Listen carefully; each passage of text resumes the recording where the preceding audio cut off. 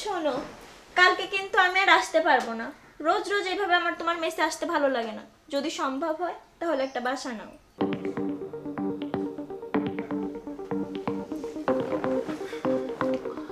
শোনো, চাকরিটা পেয়ে গেলে বিয়ে করে বাসাটা আমরা নিয়ে নিব, বুঝছো?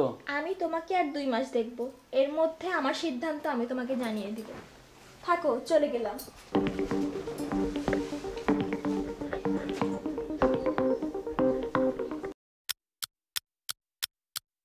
ভেবেছিলাম ভালো স্টুডেন্ট, ভালো জব করবা, ভালো স্যালারি হবে, আমার লাইফটা সেটেল হবে। কিন্তু আমি ভুল যে তুমি বেকার জেনেও আমি তোমার সাথে রিলেশন করেছি। দেখো ওসমান, আমি এই সম্পর্কটা চাচ্ছি না। আমার একটা সেটেল লাইফ দরকার। আর তাছাড়া প্রত্যেকটা মেয়েই চায় তার হাজবেন্ডের অনেক টাকা থাকবে, সে একটা এলিট লাইফ লিড করবে। আর তোমার সাথে থাকলে আমার স্বপ্ন পূরণ কখনোই সম্ভব না। বিলিভ মি, আমি চেষ্টা করছি, জব হচ্ছে না, করবো কি বলো? আমাকে একটু সময় দাও। তুমি চেষ্টা করতে থাকো, আর আমাকে প্লিজ ক্ষমা করো। আমি চাই না আজকের পর থেকে তোমার সাথে কোনো যোগাযোগ রাখতে। আর হ্যাঁ, তোমাকে একটা ভালো পরামর্শ দিই, নেক্সট টাইম কোনো বড় লোকের মেয়ে দেখে রিলেশনে যাও, যাতে করে জব না পেলেও তুমি শ্বশুরবাড়িতে একদম ঘর জামাই হিসাবে ভালো লাইফ লিড করতে পারো।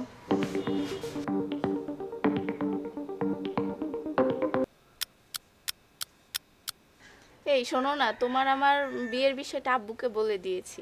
কি বললা তুমি? আমি যে গোপনে বিয়ে করেছি সেটা বলে দিয়েছো? হ্যাঁ, আর কতদিন গোপন রাখবো? তাছাড়া বাসার থেকে বিয়ের অনেক চাপ দিচ্ছিল। জব হয়নি, আমি এখনো বেকার, তারপরও? হ্যাঁ, আব্বু মেনে নিয়েছে তো, আর তোমাকে আজকে বাসায় নিয়ে যেতে বলছে। কি মেনে নিয়েছে? তোমাকে কোনো জব করতে হবে না। আবার আব্বুর তো অনেক বড় বিজনেস আছে, ওগুলা তো আব্বুর দেখতে অনেক প্রবলেম হয়, তুমি ওগুলা দেখাশোনা করলেই হবে। তাই নাকি? তাহলে চলো যাই।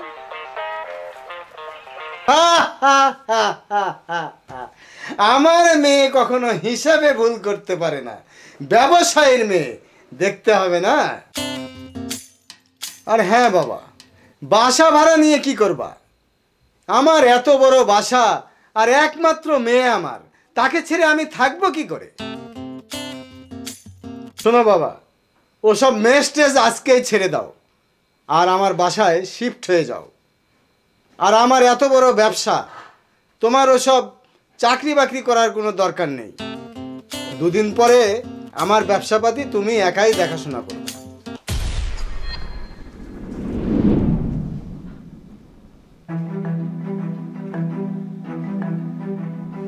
জামাই, তোমার শাশুড়ি, সালাম করো। আসসালামু আলাইকুম। আরে জামাই, বসো। এত অবাক হবার কি আছে? আশার মা অনেক আগেই মারা গেছে। তারপর এই তো 6 মাস হলো আমার এই একমাত্র মেয়ের অনুমতি নিয়ে আমি আবার দ্বিতীয় বিয়ে করলাম। বয়সের পার্থক্যটা একটু বেশি হলেও তোমার শাশুড়ি কিন্তু অনেক ভালো মেয়ে, আমার প্রচন্ড খেয়াল রাখে। আরে শোনো, মেয়ের বিয়ের কথা শুনে আমরা দুজনেই কি না টেনশনে ছিলাম, কিন্তু জামাই আমার পছন্দ হয়েছে, শিক্ষিত এবং ভদ্র ছেলে।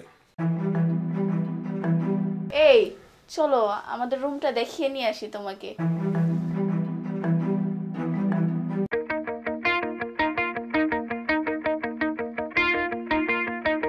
এই যে শোনো, ঘুমের থেকে উঠে ফ্রেশ হয়ে নাস্তা করে নিও, আমি ভার্সিটি গেলাম।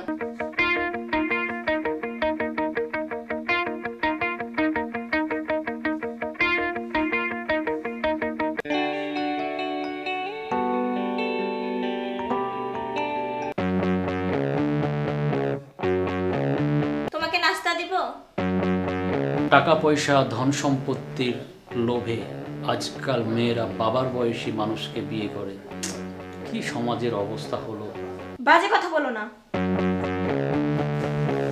অতিরিক্ত লোভে বয়ফ্রেন্ডকে মেয়ের জামাই হিসাবে পেয়ে কেমন বোধ করছো শাশুড়ি? নিজ গার্লফ্রেন্ডকে শাশুড়ি হিসাবে পেয়ে যেমন বোধ করছো ঠিক তেমনটাই বোধ করছি জামাই।